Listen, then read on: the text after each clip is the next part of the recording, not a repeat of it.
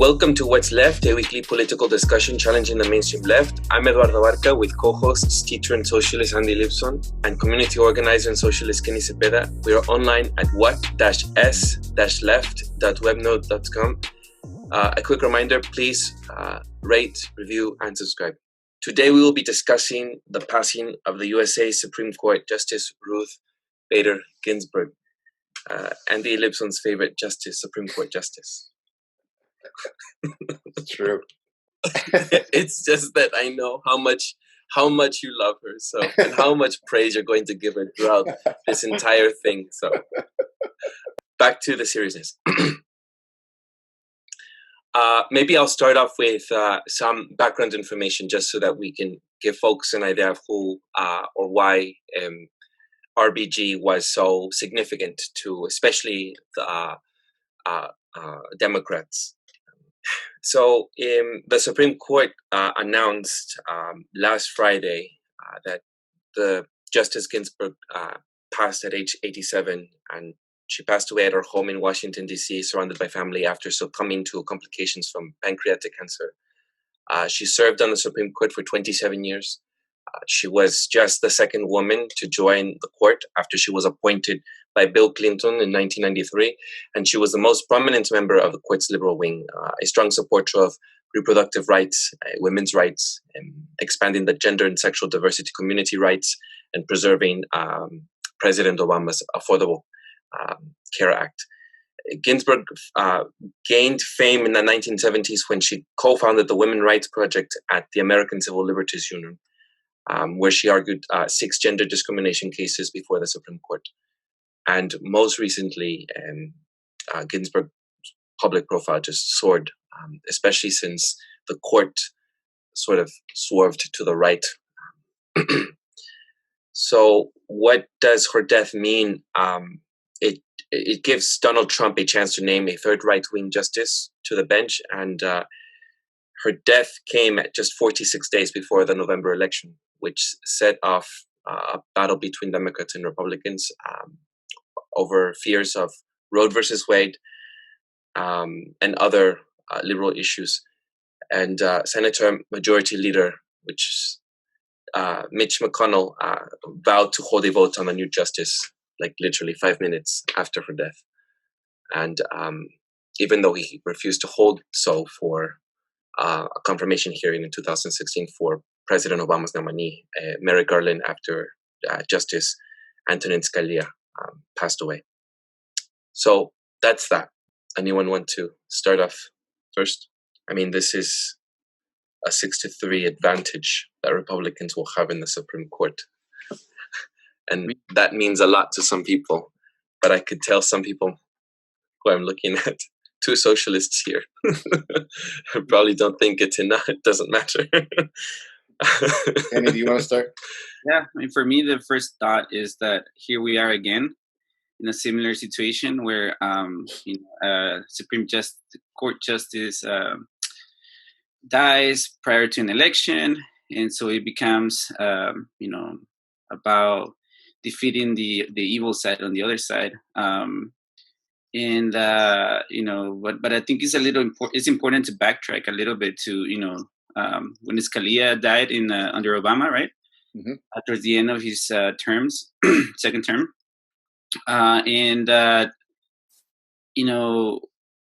Supposedly, the story is about the Republicans blocking the Democratic nomination of a Supreme Court justice. But in reality, I mean, there's 2 factors there. There's also the factor that the Democrats didn't want to fight.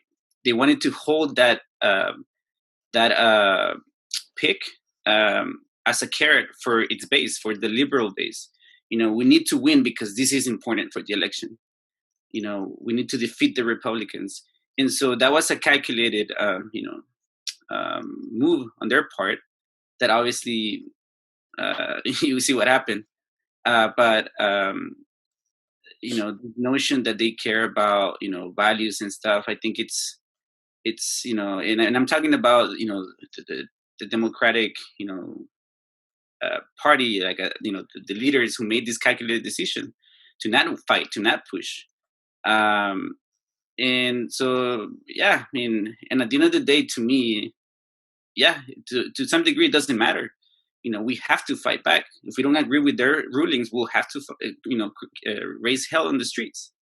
Um, but yeah, those are my first thoughts. That it's about politics. It's about the elections. The Democrats are going to use this time around again. I actually don't even see that them pushing hard to have someone. I mean, they will, to the degree that it gets people to the ballot box. From the liberal side, the Democrats. Yeah, I mean, I think it's not really even. When I laugh, it's not about a death. Although when Antonio or Anton Scalia, what's his first name? I looked it up just before because I thought it was Antonio, but it's Antonin.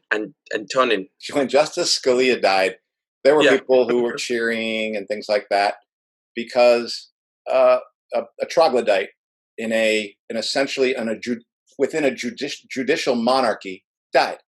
Right?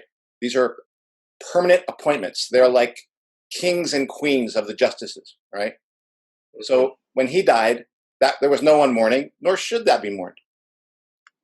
There's another member who just of that same monarchy who just went down. I don't mourn that.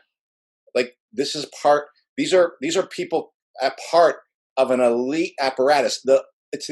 I don't think you could say there's more of something that's used to justify and maintain capitalist order that exposes itself as more undemocratic, as more autocratic, as more just there for the oligarchy, as the Supreme Court, as an institution. And here, my current political scientist from my alma mater, Washington University, did a recent study. And basically, they found he was looking at what was called a business favorability index for the justices. And he said that the 4 Democratic appointees, Ginsburg being one of them, also Sotomayor as well, serving on the Roberts Court, that is the court where Roberts was the head guy of that head monarchy, are far more business friendly than Democratic appointees of any other court era, the researcher writes.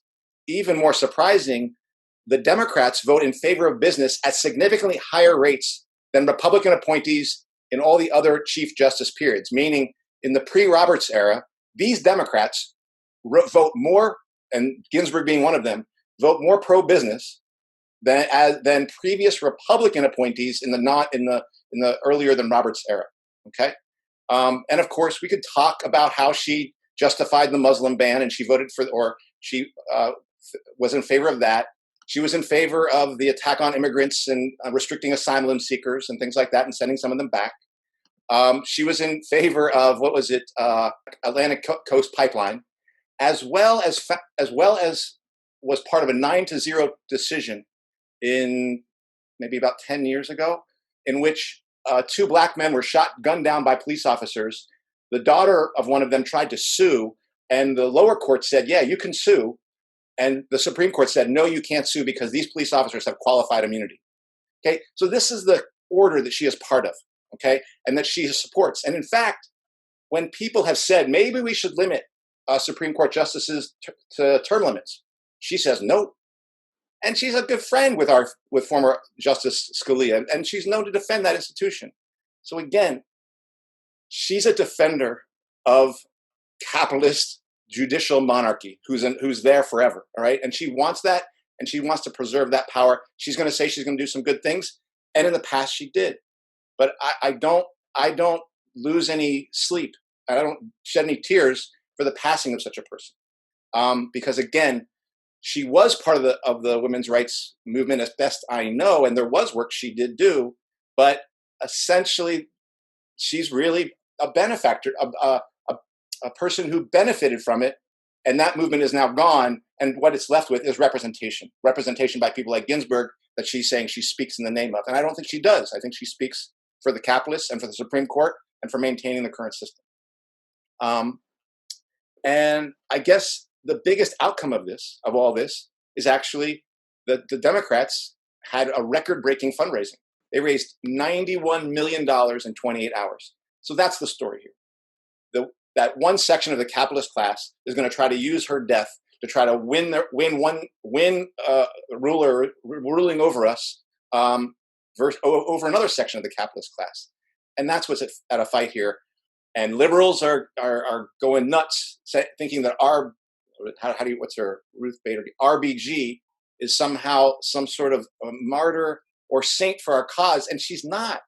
She's all she is basically a person who oversees our rule, using the Supreme Court as a place for doing that, or rule over us using the Supreme Court.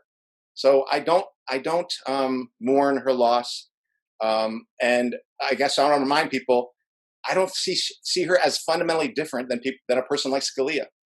She might make decisions differently on questions of abortion or women's representation in areas, and I would agree with some of them. In some of them, it's just like she wants women to be in places of like, I want to make sure that women are in the military so they can go out and kill and destroy and drone just like every other man in this country, and they can torture like they did in Abu Ghraib. So why am I going to celebrate that kind of person? Because again, she's basically just a figurehead for this system. And if we actually put up a challenge to this system, people like Ruth Bader Ginsburg would have been an enemy to us. Workers who put up a challenge to it, she would have been opposed to that. She would have been against us. And all this talk of her being for women's rights would have gone out the window. So that's my opening thoughts. I think for me, I will be honest, I did go through, the stages, what are they called? Of grief. The stages of grief. Yeah. Mm-hmm. I forget the order of the stages, but yeah, I went through like denial and then anger and sort of, just because I think I bought into the idea that the sort of savior complex that I put onto her subconsciously or somewhere there, maybe conscious, I don't know. However, it was in my psyche. I did hope, okay, she could last. Maybe also because I have a liberal background, meaning I had a very strong faith in the Democrats a long time ago. So I'm maybe still in the recovery stage of trying to not see her that way. Who knows? But I did feel a bit shocked, as if, oh my God. But I also knew it was coming. I just had hoped it wasn't during this term. And so I had some revelations over the past few days, and I'm glad that I kind of went through a process and I was writing down some things. And I think I'll just read a tweet from Joan Stocker, a writer at the Defense Post, that really, I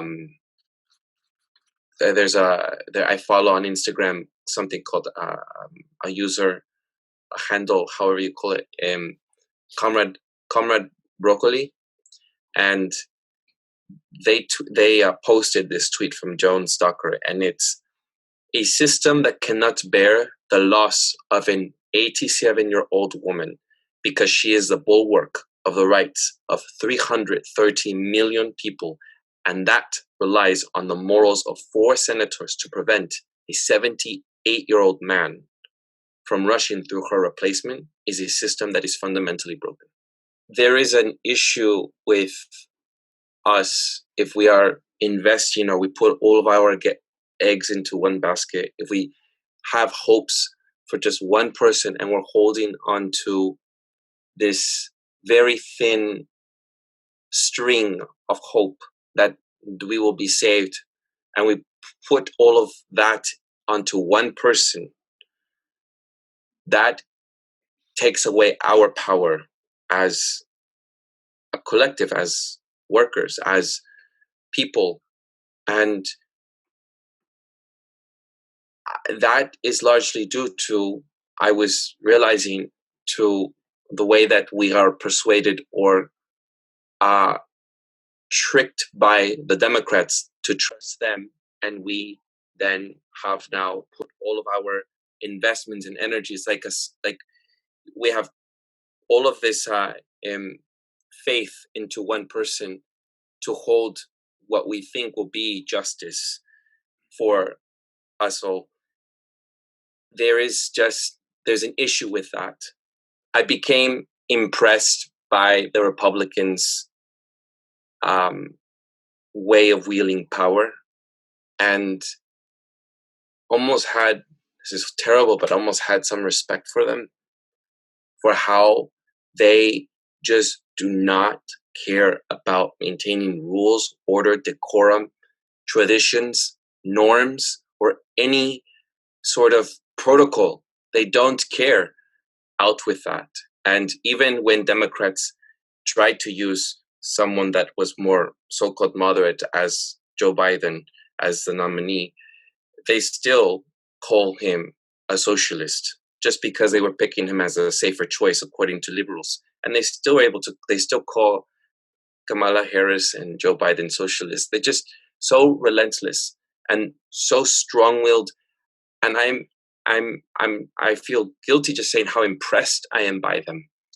And I realized then that there is just, the Democrats are the weakest party. I have no respect for them. And this is why I have begun to think that, just like in the time of the Bolsheviks, in what was it, Andy, 1917, was it? When they would fill in the seats with socialists, just completely overtaking and making demands. I think if we used only to use, not to have faith in the system, but we used folks, socialists and anarchists who would go in and step into those seats to simply cause havoc, to simply take over governance. I would like to see someone with a strong-willed character that way. And currently, the Democrats have showed the most feeble, they're the most weakest party I have ever seen. And there is no such thing anymore after this, for me at least, that there is a way to bring back some sort of understanding or norms or normalcy in this. And so I really do hope that we either have a revolution or we have people instigating, coming in with demands and not moving. And if Trump loses, I have a strong feeling he won't leave office. And that is, again, another way that he has a very strong will, personality, and a party. And I've just lost respect for Democrats, and they're not our hope or our savior. I mean, I don't know. You mentioned about normalcy and coming back, and like I have questions about that. Was there anything ever normal? And the other thing that keeps coming back is like people talk about a broken system.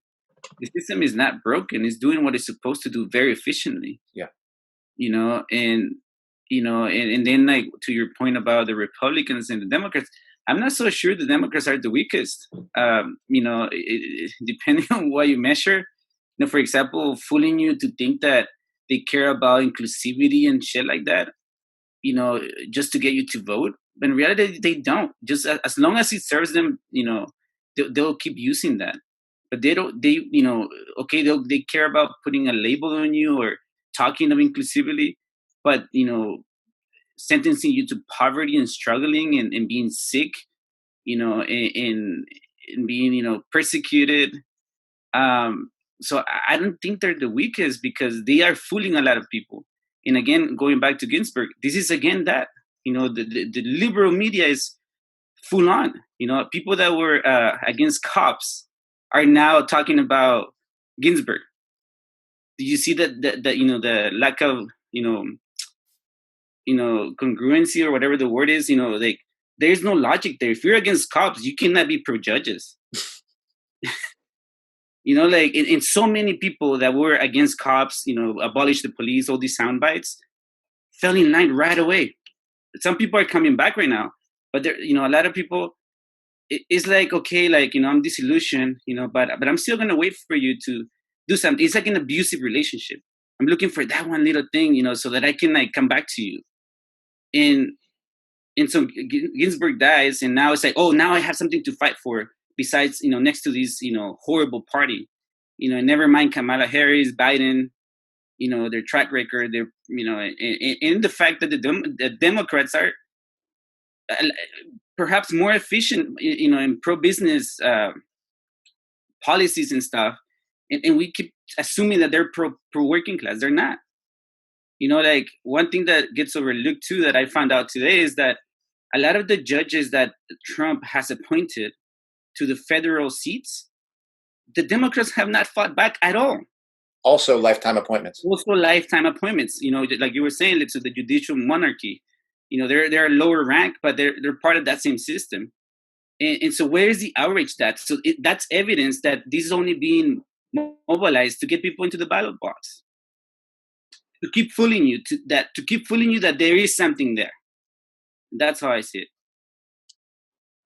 Yeah, and Eduardo, I think your points really have got me thinking. And they've in some ways got me thinking about the ISO, the International Socialist Organization, the organization I used to be in. Because those things that you ascribe to the Republican Party, like they just don't care. They will uproot anything. They will rip anything apart they need to for power. I do agree with that. Those features describe the U.S. capitalist class. They are willing to destroy the cradle of humanity and eradicate it, right? The area of Mesopotamia, and just dismantle it at a whim. They're uprooting right now education. They're willing to put people into lockdown no matter what. And they're willing to put as many people in jail as they have to in order to get as much wealth as they possibly can. So that is the nature of our capitalist class. So I do agree that describes the capitalist class. But the capitalist class has two parties. And the socialist organization I was in used to say this about the Democratic Party. They're the second most, they would call them the second most enthusiastic capitalist party. And that was completely wrong. They are just as enthusiastic about capitalism as the Republican Party. They have a different way and a different strategy for how to rule over workers and how to expand the imperial reach. And let's remember that the experts of doing global war have been the Democrats. Whether it's Vietnam, whether it's World War II, whether it's Obama going in and extending 2 wars into 7. The experts at building a mass police state, all right, have been Bill Clinton and Joe Biden with the stuff they did over the 3 strikes laws and the experts at creating a dividing in wealth again have been Democratic Party, which grew immensely under Bill Clinton and extended over Barack Obama. So we have 2 extremely enthusiastic parties who will do anything they have to. I think they are both parties of complete immorality as it relates to humanity, as it relates to anything that we think of as in terms of good. They will use representation, right? They'll use, we're going to put a black person here. We're going to put a woman here. But you can see now, we're about to get another woman Supreme Court justice coming right down. You can see what good that's going to do us, right? With this person who's I don't know what her name is. I mean, what's Amy Barrett. Amy Coney Barrett, right? So look, representation doesn't do anything other than you either put a female face or a lesbian face or a black face or a Latino face to your oppressor. Oh, that's the only thing it does. And it basically justifies it and tries to say that somehow this isn't sexism. This system isn't sexist. This system isn't racist, when it is thoroughly so. And these people who use representation and who have benefited off representation actually do as much, if not more, damage to the fight because they hide it. They try to put cosmetics over this evil thing, and they get rich and they get famous doing it. And they do it in the name of the movement they used to be part of, while that movement is destroyed and brought into the Democratic Party.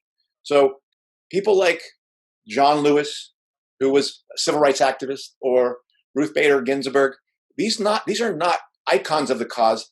We would call these people traitors to the cause because they essentially sold out their system so that they could benefit in the name of putting lipstick on the most barbaric country in the world, who will use, this country will use its so-called progressivism around women to go and say, well, now we're progressive around women, so we're going to dismantle Afghanistan, we're going to dismantle Iraq, and use the cause of women to do that. And so people like Ruth Bader Ginsburg are essentially a justification for that kind of stuff. So I just want to say that I think the Democratic Party is very strong. Their weakness comes in the fact that their strategy is to lie to workers so that they can appeal to that base. That's their strategy. That's their appeal to the capitalist class. We will get workers to believe in your cause, and we will sell your shit to them. So we have to learn we know how to lie to them. And so that's what makes them seem so weak. But they're actually extremely capable, extremely crafty, extremely good at what they do, at holding power, at wielding power, and getting workers to suck it up and vote for them each time. How many times have we been at the most important election of our lifetimes? I'm 54. This is round 9 for me or something, to be in the most important election of my lifetime, and for the Supreme Court to be in the hold, and for fascism to be on the rise. All that, everything that gets said every election season, all right? And it's getting said again, and the Democrats are doing it again when they keep on betraying people and they keep on getting away with it. So that's an extremely powerful party that can do something like that. So I just would say that this notion that they're weak, I wish that was the case. I really do, because it would make the cause of revolution, of fighting back, easier. But we have two very powerful, very crafty parties fooling both sections of the working, right and left sections of the working class, into believing that somehow something's going to come from one of them. I see the Republicans and Democrats as both capitalist class. I don't think that one is, personally, I disagree. I just respectfully disagree. I do think that the Republicans are more ruthless than the Democrats. The Republicans stonewall, the Republicans have more gerrymandering in this country. And in the last 7 elections, the Republicans have only won once by the popular vote. The Republicans have largely won through the Electoral College. So there are all these strategies that the Republicans use to be in power. And they're both very powerful capitalist parties, but I do think that the strategies that the Republicans use are very, if there is a circle of how they battle, that they're willing to be in a fight, breaking the rules, more than the Democrats are, in general. I'm not talking about individuals, I'm talking in general. That is my point of view. And that's the way I see it. In my opinion, that's the way I see it. And I think that, especially on the left, I think we need to stop those of us who vote, or progressives, or even Democrats currently. Anyone that is on the left needs to stop putting faith in the Democrats. This is why I'm not voting for Joe Biden. I do not think that the Democrats are going to fight for me or do anything. And the way you said about they have not fought, who said, Kenny or Andy said that they did not fight for any of the lifetime appointees. I see that as just, again, they're being suckers and they're being weak, and they're again letting the Republicans rule over them. There is more of my thinking about how I'm thinking, how more evidence as to how, in my eyes, they're the weakest party. And I'm not going to vote Republican, and I'm not going to vote Democrat. And I really am looking forward to a representative that with strong principles, someone that I could look forward to vote for, that is going to cause havoc, cause chaos, and do something that's completely out of the norm, completely out of tradition, and just ambush wherever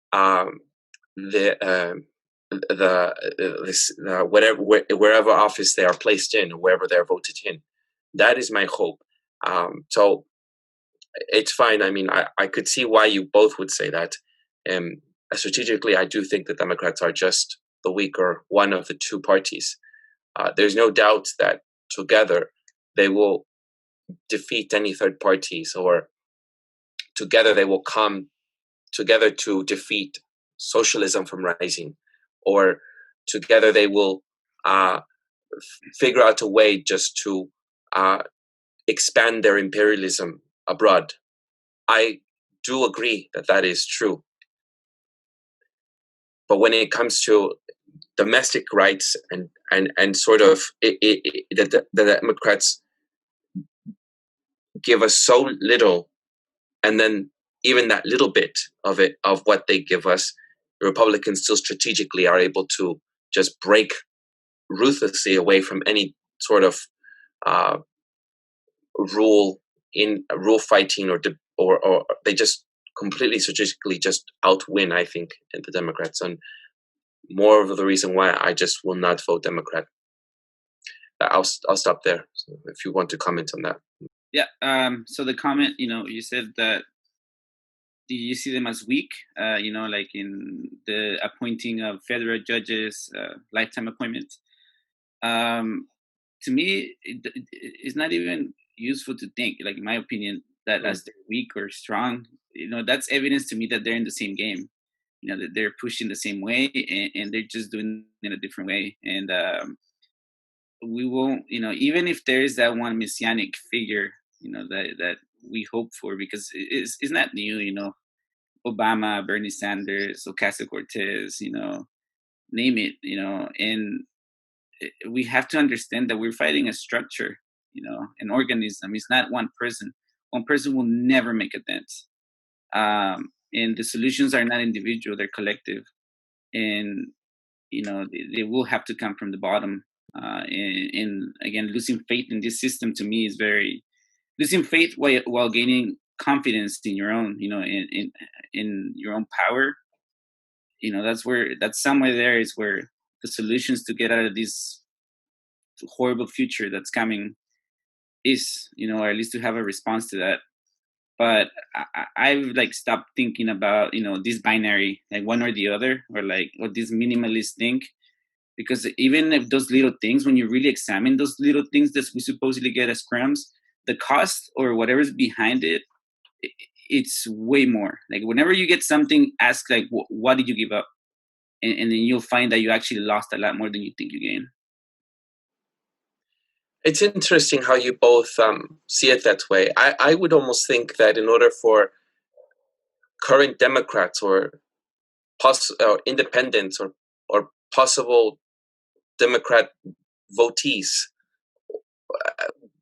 in order to appeal to them to peel away from the binary system, they would have to see how weak and incompetent and how the Democrats really are, that they're not your savior, that they just should not be the people you should be voting for or have your confidence in or your faith in.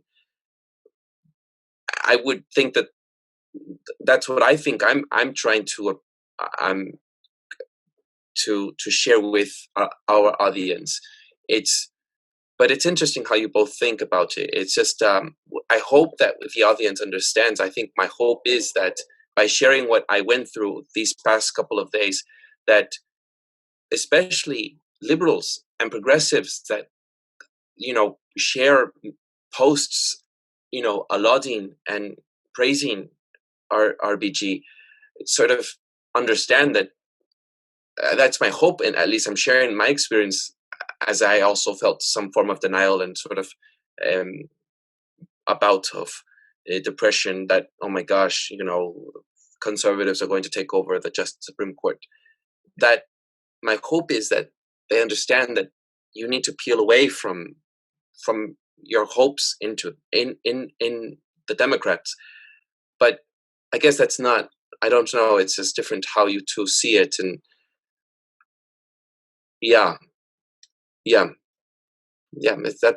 I'll just leave it at that. I'm just sharing from what you said, Kenny, now, and I'm responding to it. So, and what you've also sort of aligned with Kenny. And just to say, it's actually I think it also maybe I think it's an important point I believe the reason I'm doing what's left today and I'm not in the ISO is partially because my organization, and I think much of the revolutionary left, has underestimated the strength of the Democratic Party, have often accused them of being weak, have accused them of being, and this is why they've sunk into them ultimately, thinking that they're going to trick them, thinking that they're going to go into them and peel off a section of their base.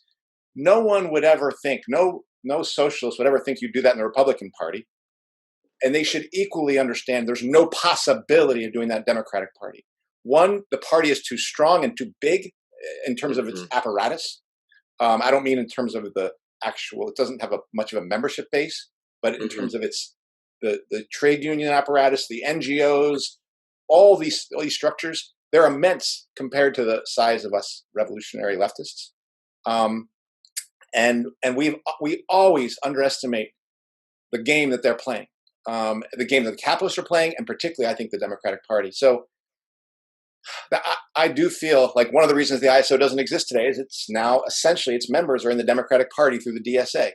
And that largely came from misunderstanding, I believe. And this is only one of the only reasons why I'm making this point, extending it, is to say that ultimately we have to understand I believe the seriousness and the strength and the wits of these two capitalist parties, that they are very strong, very smart. They know what they're doing, and we have to know what we're doing. We will not be able to infiltrate them, peel anything off from them.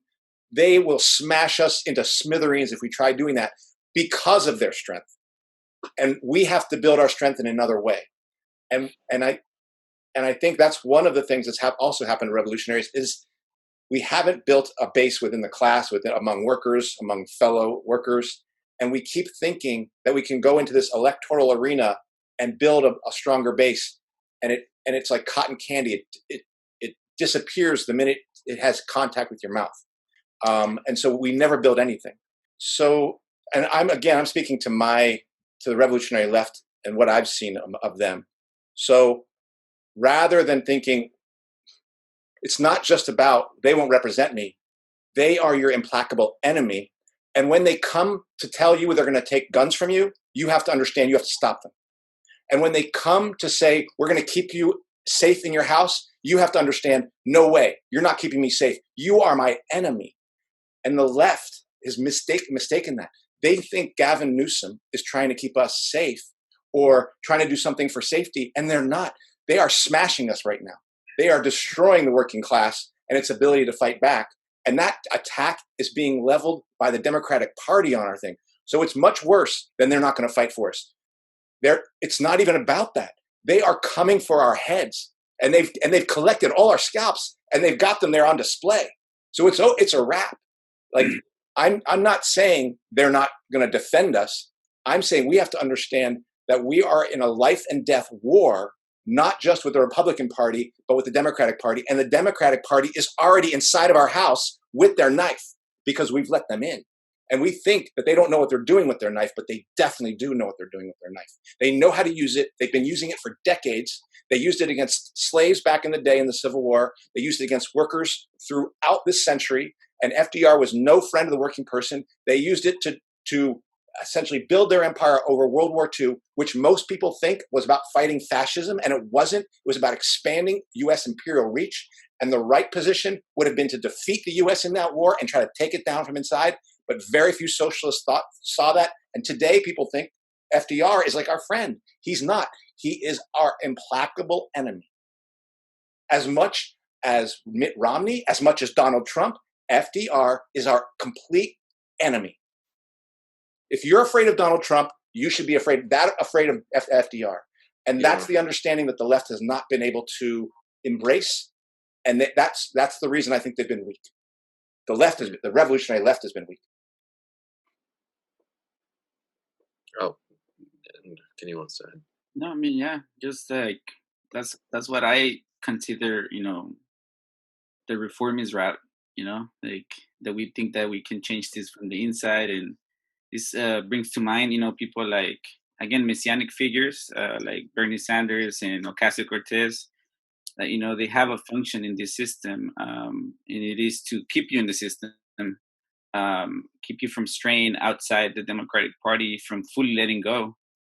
And so, yeah, I mean, I agree. We we have to see them both as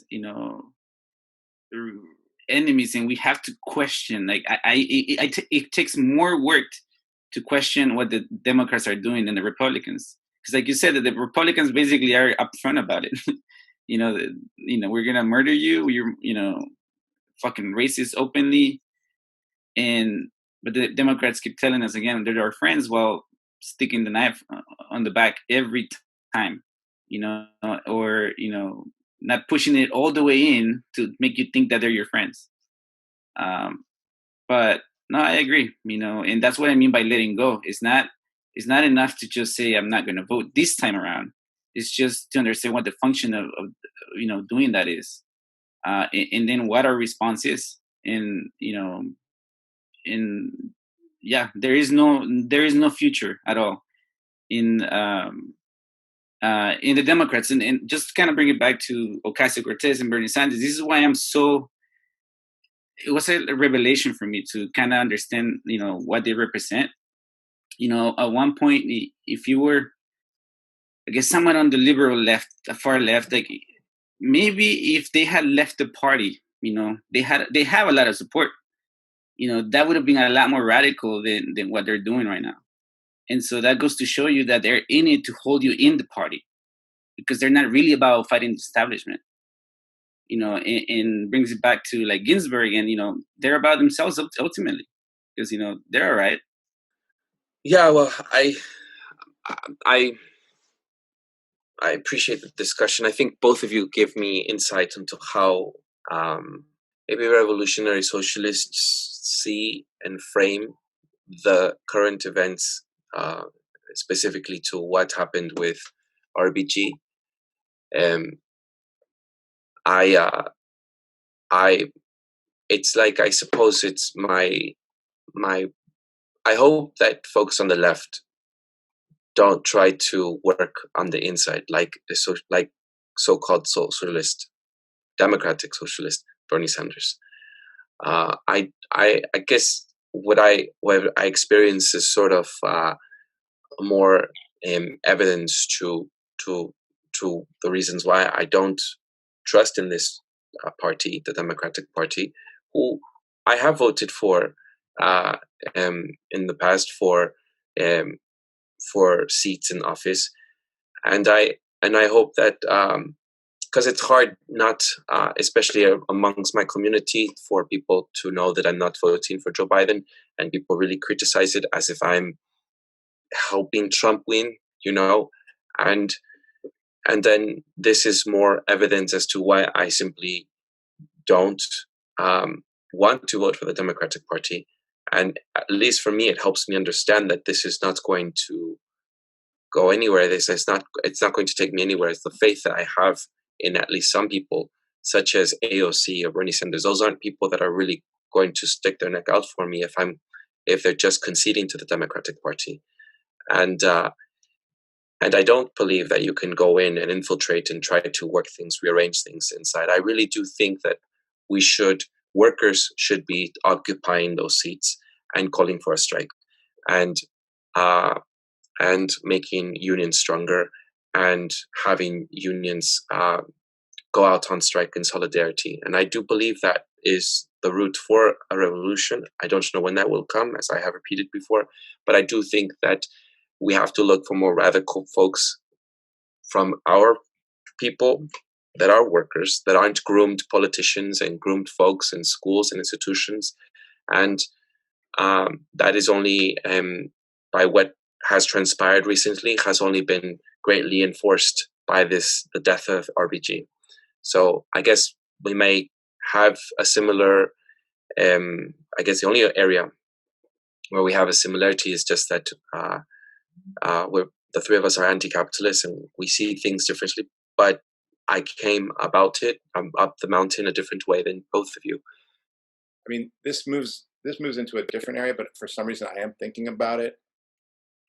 I want to say that the situation now for revolutionary socialists and revolutionary socialism, the prospects for it, which have, when you think about the Communist Party back in the 30s, which was massive, or even the socialist parties that have existed, and the Maoist and socialist parties that built themselves through the 60s and 70s, those are decimated. They're literally gone. And the Democratic Party can claim the scalps of those movements. They can say, we took them down, right? So the Democratic Party did their work. They took working class organizations whose prospect were for revolution, and they wrung them like a rag and chewed them up and spit them out, right? So Democratic Party did that. Good for them. They know how to do that kind of stuff. And now we have a revolutionary movement which is in pieces and tatters. And there are some revolutionaries who do see that, who think that the way to try to build out of this situation is to get into the electoral arena. I'm not going to be a Democrat. I'm not going to be a Republican. I'm going to do it independently, but we can reach an audience of socialist politics.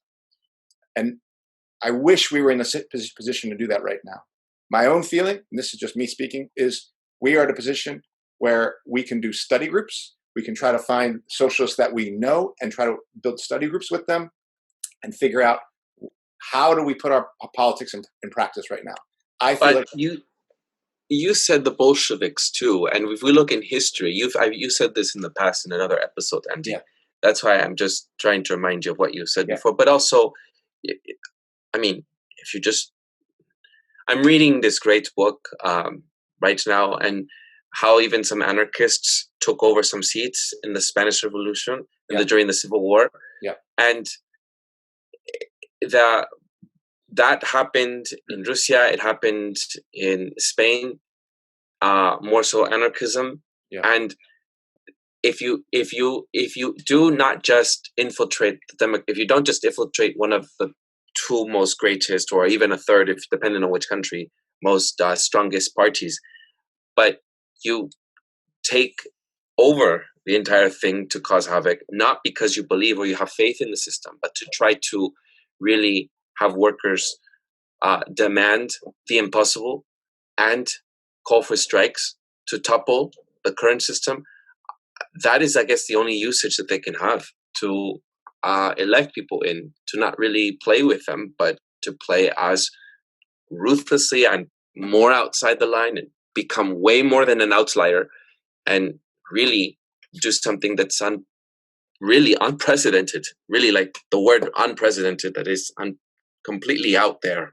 I think that is what I guess I'm looking at from history, and that's what I suppose I'm taking my position from, or my viewpoint from.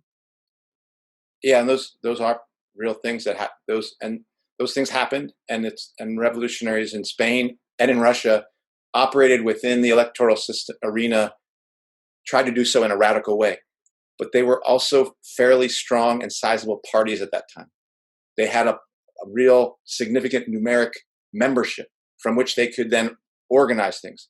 That is not the situation we are in. We are atomized, and I feel like right now we're at a rebuilding operation. And the thing I'm inviting revolutionaries to do is very difficult, because I'm trying to do it and I find it very hard.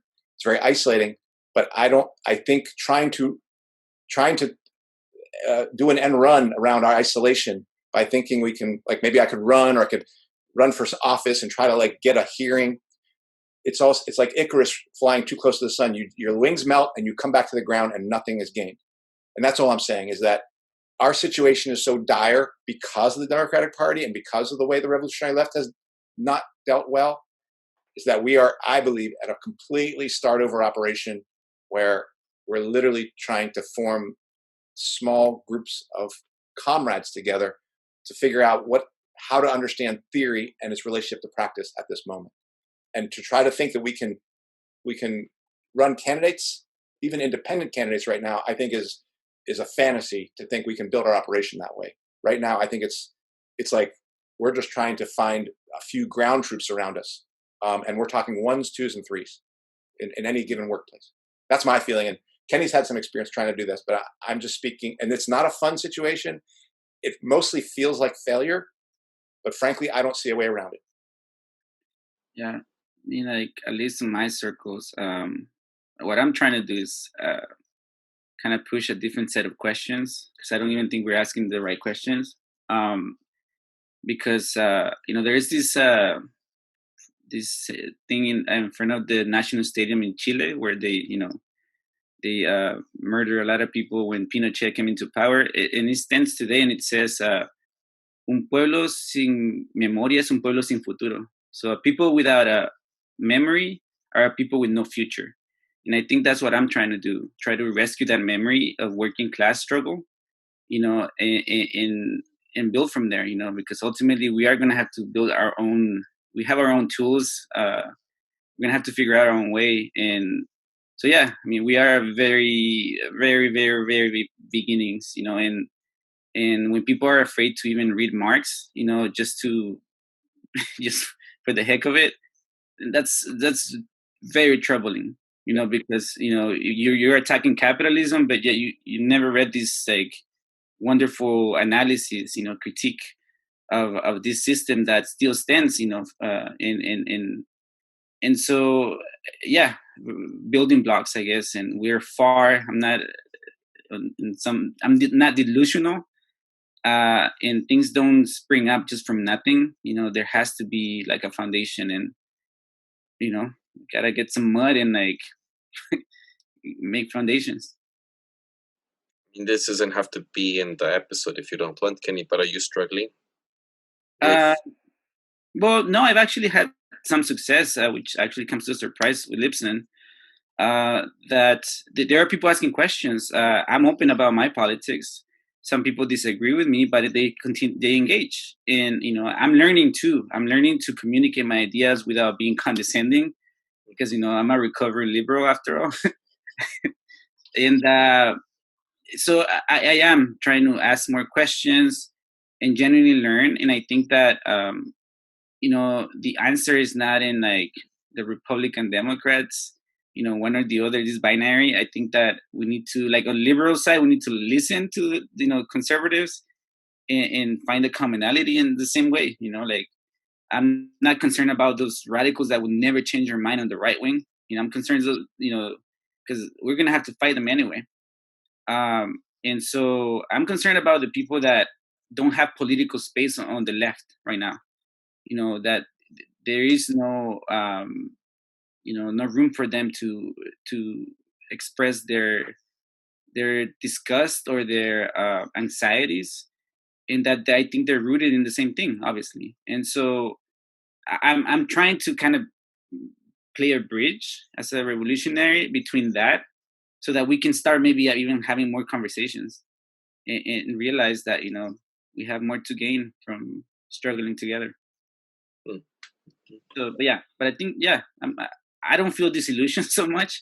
I know we're far, because the progress is very minimal. Like, and who knows? I'm fucking wrong. I might be wrong. I'm open to that idea, but like, let's use some logic, not gut feelings, not personality politics. Let's have some discussions about this. And maybe this is actually a segue to what potentially would be our next week's episode. We'll see. But I think this issue about what's happening with the Supreme Court is not just going to come up as it relates to the candidates of the election, but it's going to feature in the process of the election, because this election process looks to be quite a show that's coming this year. And I feel like it's literally a predicted crisis coming, an electoral crisis, like we had in the year 2000 when there was hanging chads and the Supreme Court had to decide that thing. The Supreme Court is going to figure into the decision of who our president is in 2020. So that's where all this stuff is coming up. That's why all this stuff is coming up like this. And we thought the Electoral College was small for deciding who the president is. Now we have 9 monarchical justices going to be deciding who the president is. Lifetime appointees. I should mention, I did say this in another episode that we did on Brett Kavanaugh, that I don't understand how this country has a lifetime appointees and 9 justices here in the USA, and in Mexico we have 11, and they're only up to 15 years. They're not lifetime appointees. Not that I know that you both would say that neither system is worth even talking about, but to me as a Mexican and looking at this and knowing Mexican politics, for me, it's a lot different than the way that I see this. It's just strange how this lifetime appointee is just off. In Mexico, we just don't have lifetime appointees like that. All right. Where do we go from here? We at least have to acknowledge that Randy and I are now engaged. Yes. Oops. That was the most important event that happened. All this other stuff we've been talking about, not important. Randy and I getting engaged. I finally offered her a ring and asked for her hand in marriage, and she said yes. And okay. Congratulations, Andy. And if she allows me, I'll post a picture of the ring on this episode, but I have to get her permission. And RBG wanted to ruin your proposal. I know, she's trying to steal my...